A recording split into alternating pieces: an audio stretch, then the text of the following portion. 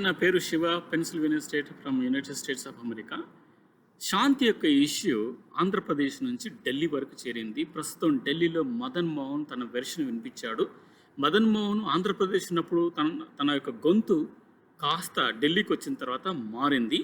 ఎందుకంటే తనకు గిరిజన వర్గాలు లేదంటే దళిత సంఘాలు, ఇతర రాజకీయ పార్టీలు కూడా తనకు సపోర్ట్ ఇవ్వడం మనం గమనించవచ్చు. అదే జంతర్ మంత్రులు ఉన్నటువంటి విజయసాయి రెడ్డి, ఆయన నాకేమీ తెలియనట్టు బిందాసుగా కనిపిస్తున్నాడు. సో ఇక్కడ మనం శాంతిని రక్షించవలసిన అవసరం కానీ శాంతికి ప్రొటెక్షన్ ఇవ్వాల్సిన అవసరం అనేది ఇప్పుడు వచ్చింది. ఏంటి, ప్రెస్ మీడియాలలో, టీవీలలో, వార్తలలో ఎక్కడ పడితే అక్కడ శాంతిని పిన్ పాయింట్ చేస్తూ ఆమె గురించి తక్కువ చేసి మాట్లాడారు. ఇతను శాంతికి సపోర్ట్ కావాలనేసి అడుగుతున్నాడు అనే మీరు క్వశ్చన్ అనేది ఖచ్చితంగా వస్తుంది. కాబట్టి మీరు చివరి వరకు వినాలని నేను ఆశిస్తున్నాను. సో ఇక్కడ మదన్ మోహన్, సుభాష్ రెడ్డి, విజయసాయి రెడ్డి మధ్యలో బలిపశువు అయిపోయింది శాంతి. సో ఆమె ఒక తప్పు చేసిందనేసేసి ఏది విడాకులు కాకుండా ఇంకొకరితో పిల్లని కావడం తప్పు చేసింది కాబట్టి ఆమెను పిన్ పాయింట్ చేశారు. కానీ ఆమె ఆ విధంగా చేయడానికి కారణాలు ఏంటి కూడా మనం వెతకాలి. ఇప్పుడు మన సమాజంలో మనది ఒక పితృ సామాజిక వర్గం కాబట్టి మనం ఏం ఆలోచిస్తామంటే, ఒక మగవాడు తప్పు చేస్తే భుజం మీద ఇలా దుమ్ము పడిందని ఇలా దులిపేసేసుకుంటాడు. అదే స్త్రీకు తప్పు చేస్తే కనుక ఆమెకు సమాజంలో ఒక స్థానం అనేది కోల్పోతుంది. ఆమె మానసికంగా కురిగిపోయి ఆమె ఆత్మహత్యకు దారితీస్తుంది. ఎస్, ఆడవాళ్ళకు ఉన్నటువంటి స్టేటస్ అనేది ఇంకా ఆ రకంగా, అంటే రాజ్యాంగపరంగా ఆడవాళ్ళకి మగవాళ్ళకి సమాన హక్కులు ఉన్నప్పటికీ కూడా ఈ విషయాలలో మాత్రం స్త్రీనే కుంగిపోతుంది, స్త్రీలే ఆత్మహత్యలు చేసుకుంటారు. సో ఇక్కడ ఏదేమైనప్పుడు కూడా మనం చూడాల్సింది ఏంటంటే, వీళ్ళ మధ్యలో ఇప్పుడు మదన్ మోహన్కు ప్రొటెక్షన్ వచ్చేసింది. సుభాష్ రెడ్డి ఆయన అడ్రస్ రెడ్డి ఎక్కడున్నారో తెలియదు. ఇక విజయసాయి రెడ్డి అయితే ఒక రాజకీయ వ్యక్తి కాబట్టి, ధనికంగా ఫుల్ ఉన్నవాడు కాబట్టి ఆయనకు ఫుల్ ప్రొటెక్షన్, ఆయన ఎవడు ఏం చేయలేరు అన్నట్టుగా ఉంది ప్రస్తుతం. ఇప్పుడు శాంతి ఒక్కతే ఏకాకిగా మిగిలిపోయింది.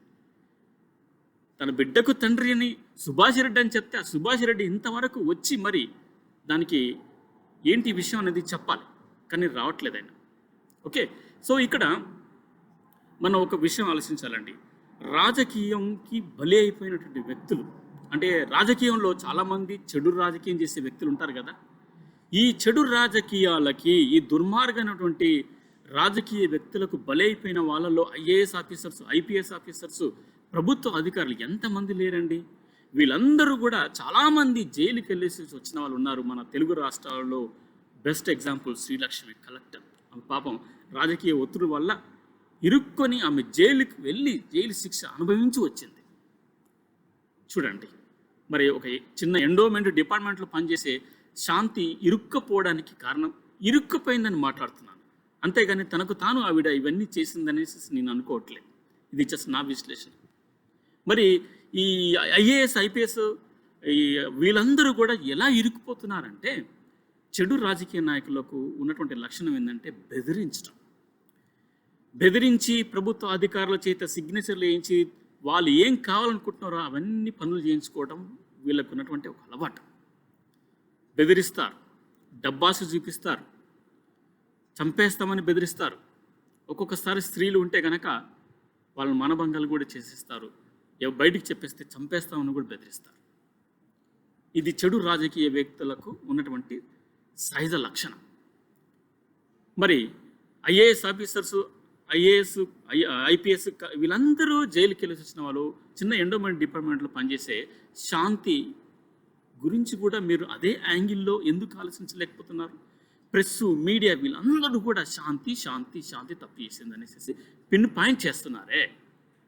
మరి అంత పెద్ద వ్యక్తులు కూడా, ప్రభుత్వ అధికారులు కూడా జైలుకి వెళ్ళేసి వస్తున్నారే. ఎందుకు వెళ్ళేసి వస్తున్నారో మీరు ఆలోచించారా? సో శాంతిని కూడా అంతే ప్రలోభ పెట్టారు, భయపెట్టారు, చంపేస్తామని బెదిరించి ఉండొచ్చు, ఆమెను మానభంగం చేసి ఉండొచ్చు, బయటికి చెప్పేసి చంపేస్తామని బెదిరించవచ్చు. వాళ్ళకు అనుకూలంగా మార్చుకున్నారు, డబ్బాష కూడా చూపిస్తారు. నాకు తెలిసి ఇక్కడ శాంతి కూడా ఇదే రకమైనటువంటి ప్రలోభాలకు గురి అయిపోయి ఈయన విజయసాయి రెడ్డికి పూర్తిగా అనుకూలంగా ప్రవర్తించింది అనేసి నేను విశ్లేషిస్తున్నాను. అదే జరిగిందనేసి కూడా అందరూ అనుకుంటున్నారు, కానీ ఎవరు బయట చెప్పట్లే. శాంతి ఒకటి పెళ్లి కాకుండా ఇంకో వ్యక్తితో బిడ్డని కన్నది అదొకటే తప్పు చూస్తున్నారు ఇక్కడ. సో ఇప్పుడు చూడండి, అందరికీ ప్రొటెక్షన్ ఉంది, శాంతి ప్రొటెక్షన్ లేదు. సో ఇప్పుడు శాంతి నోరు విప్పితే అన్ని విషయాలు బయటకు వస్తాయి. ముఖ్యంగా విజయసాయిరెడ్డి యొక్క భాగవతం, ఆయన చేసిన అరాచకాలు కావచ్చు, ఆయన చేసినటువంటి అవినీతి పనులు కావచ్చు, అవకతవకలు, ఇవన్నీ బయటపడితే అవుతుందండి, విజయసాయిరెడ్డి జైలుకి వెళ్తాడు. మరి విజయసాయిరెడ్డి జైలుకి వెళ్తే అటుపక్క జగన్ యొక్క డొంక కూడా కదులుతుంది. వీళ్ళు ఆల్రెడీ జైలుకి వచ్చినటువంటి వ్యక్తులు. సో కాబట్టి ప్రభుత్వం వాళ్ళ పక్షాన ఉన్నప్పుడు శాంతిని లోపరుచుకొని ఆమె మానాన్ని కూడా దోషేసుకున్నారు. ఇక్కడ అదే జరిగింది. ఇప్పుడు ఒక వ్యక్తిని చంపేస్తామని బెదిరించినప్పుడు ఇక వ్యక్తి గత్యంతరం లేక ఇవన్నీ చేస్తారు. నాకు తెలిసి శాంతి కూడా ఈ విధంగానే ఉందనేసి నేను అనుకుంటున్నాను. అయితే ఇప్పుడు ప్రభుత్వం చేయాల్సినటువంటి పనులు లేదా ఇతర సంస్థలు కూడా ఆమెకు రక్షణ కల్పించాలి. ఏమండి, మనం ఒక్కసారి ఒక వ్యక్తి అంటే స్త్రీ కానీ పురుషుడు కానీ ఏమైనా ఇలాంటి వాటికి గురైనప్పుడు అనేక మహిళా సంఘాలు వచ్చేసి ఆమెకు సపోర్ట్ చేసి ఆమెకు న్యాయం జరిగేంత వరకు పోరాడతారే. మరి శాంతి విషయంలో ఎవరు రావట్లేదు. మదన్ మోహన్కి దళిత వర్గాలు, దళిత సంఘాలు, గిరిజన సంఘాలు, ఇతర రాజకీయ పార్టీలు ఆయనకు సపోర్ట్ చేస్తున్నాయి.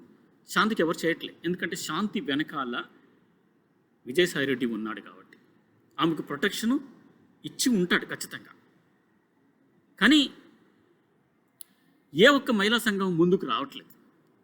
ప్రెస్ వాళ్ళు అందరూ కూడా ఈమెని పిన్పాయింట్ చేస్తున్నారు. సో ఇప్పుడు శాంతి అనేది నోరు విప్పితే ఆమె సేఫ్ మోడ్లో ఉంటుంది, ఆమెకు రక్షణ ఉంటుంది. మరి ఇప్పుడు ఆవిడ నోరు విప్పాలంటే ఏం చేయాలి? ఆమె అప్రూవర్గా మారాలి. మరి అప్రూవర్గా మారాలంటే ప్రభుత్వం అప్రూవర్గా మారితే ఇప్పుడు ఆమెకు రక్షణ ఉంటుందా? లేదు. థ్రెట్ ఉంటుంది, లైఫ్ థ్రెట్ ఉంటుంది. ఎవరి నుంచి ఉంటుందో నేను చెప్పనక్కర్లేదు. ఆమె ఒక సామాన్యమైన వ్యక్తి కదా. సో కాబట్టి ప్రభుత్వం ఇప్పుడు ఇంత జరిగిన తర్వాత ఆత్మహత్య చేసుకునే అవకాశాలు కూడా ఉండకపోలేదు. ఎందుకంటే ఒక మనిషి మానసికంగా చాలా కృంగిపోయినప్పుడు ఆత్మహత్య అన్న ఆలోచన కూడా వస్తుంది సర్వసాధారణంగా. నా విశ్లేషణ ప్రకారం ఈమె నోరు విప్పితే ఆమెకు లైఫ్ థ్రెట్ అనేది వీళ్ళు ఎవరి నుంచి చెప్తున్నానో మీకు అర్థమైంది అనుకుంటాను. ఇది నా విశ్లేషణ ప్రకారం. కాబట్టి ప్రభుత్వం కూడా ఈమెకు రక్షణ కల్పించి ఈమెను అప్రూవర్గా మార్చుకొని ఇన్వెస్టిగేషన్ చేస్తే శాంతి జీవితం అంటే ఆమె అంతం కాకుండా ఉంటుంది, బ్రతకగలుగుతుంది, మళ్ళీ ఒక మనిషిగా మారగలుగుతుంది. సో కాబట్టి ప్రభుత్వం ఈమెకు రక్షణ కల్పించాలి. ఇప్పుడు ప్రెస్, మీడియా వీళ్ళందరూ కూడా ఇప్పుడు శాంతిని సపోర్ట్ చేయాలి. ఎందుకు శాంతి ఈ విధంగా మారిపోయింది, కారణాలు ఏంటనేది ఇప్పుడు అందరూ కూడా ఆలోచించి శాంతికి ఇప్పుడు ఢిల్లీలో మదన్ మోహన్ కూడా అదే చెప్పాడు. ఈమెను ట్రాప్ చేసి అన్ని రకాలుగా ఆమె మానాన్ని కూడా దోసుకున్నారనేసి తను కొంచెం గొంతులో మార్పు వచ్చేసింది. మీరు చూడండి, మీరు విన్నారనుకుంటాను. సో కాబట్టి దయచేసి చెప్తున్నాను, శాంతిని సపోర్ట్ చేయండి. దళిత సంఘాలు కావచ్చు, గిరిజన సంఘాలు కావచ్చు, దయచేసి ఆమెకు సాయం చేయండి. ఎందుకు ఆ విధంగా మారిపోయింది? సో ఆమె నోరు విప్పితే అన్ని బయటకు వచ్చేస్తాయి. కాబట్టి ప్రభుత్వం ఇప్పుడు ఈమె పర్సనల్ జీవితంలోకి వెళ్ళదు. ఇవాళ కేవలం ఎన్ని అవకతవకలు జరిగేది అనే విషయం గురించి ఇన్వెస్టిగేషన్ చేస్తుంది. కానీ ఇన్వెస్టిగేషన్ కార్యక్రమం వెళ్ళే దాంట్లో ఇక్కడ శాంతికి ప్రాణహాని ఉంటుంది. సో కాబట్టి ప్రభుత్వం కూడా ఆమెకు రక్షణ కల్పిస్తూ ఆమెను అప్రూవర్గా మార్చుకొని ఇన్వెస్టిగేషన్ చేస్తే అక్కడ విజయసాయిరెడ్డి యొక్క భాగవతం మొత్తం బయటపడుతుంది. సో ప్రభుత్వ అధికారులు ఏ విధంగా బలి పశువులు అవుతున్నారనేది మనం ఐఏఎస్, ఐపీఎస్ వీళ్ళందరినీ చూసాం. జైలుకి వెళ్ళొచ్చారు. ఇప్పుడు శాంతి కూడా ఒక సామాన్యమైన వ్యక్తి, ఆవిడ కూడా బలి అయిపోయింది. సో కాబట్టి ప్రభుత్వం ఈమె ప్రాణాన్ని కాపాడుతూ, అలాగే మీడియా, మహిళా సంఘాలు కూడా ఈమెకు సపోర్ట్ చేస్తూ, ప్రభుత్వం ఈమె ద్వారా విజయసాయిరెడ్డి చేసిన అవకతవకలకు ఇన్వెస్టిగేషన్ చేస్తే ఈమె శాంతి బ్రతకగలుగుతుంది. మేబీ మళ్ళీ మదన్ మోహన్, శాంతి మళ్ళీ కలిసిపోయే అవకాశాలు కూడా ఉన్నాయి. కాబట్టి శాంతికి కూడా ప్రొటెక్షన్ అనేది అవసరం. శాంతిని మనం సపోర్ట్ చేయటం కూడా చాలా అవసరం ఉంది. సో కాబట్టి ఇప్పటిదాకా మీడియా అంతా కూడా శాంతినికి వ్యతిరేకంగా చేశారు. కాబట్టి ఏ మీడియా కూడా ఆలోచించట్లేదు. ఆమె తప్పు చేసింది, భూదందాలు చేసింది, అక్రమాలు చేసింది అని చెప్తున్నారు తప్ప ఎందుకు చేసింది, ఎవరు చేయించారు, ఆమె వెనకాల ఎవరు ఉన్నారు, ఆమె ఇంత చేయడానికి ఆమెకి ఎందుకు ధైర్యం వచ్చేసింది అని ఆలోచించట్లేదు. సో కాబట్టి మీడియా కూడా, టీవీలు, మీడియా, యూట్యూబ్లు అందరూ కూడా ఆమెకు సపోర్ట్ చేయవలసినటువంటి అవసరం ఆసన్నమైందనేసి ప్రభుత్వం కూడా మాకు రక్షణ కల్పించాలనేసి నేను ఆశిస్తున్నాను. దయచేసి ఇప్పుడు మీకు అర్థమైంది అనుకుంటాను ఎందుకు శాంతికి సపోర్ట్ చేయాలనేసి. సో దయచేసి ఈ వీడియో విన్న తర్వాత ఆమెకు సపోర్ట్ చేయడానికి ముందుకు వస్తారని ఆశిస్తున్నాను. Thank you very much for watching this video.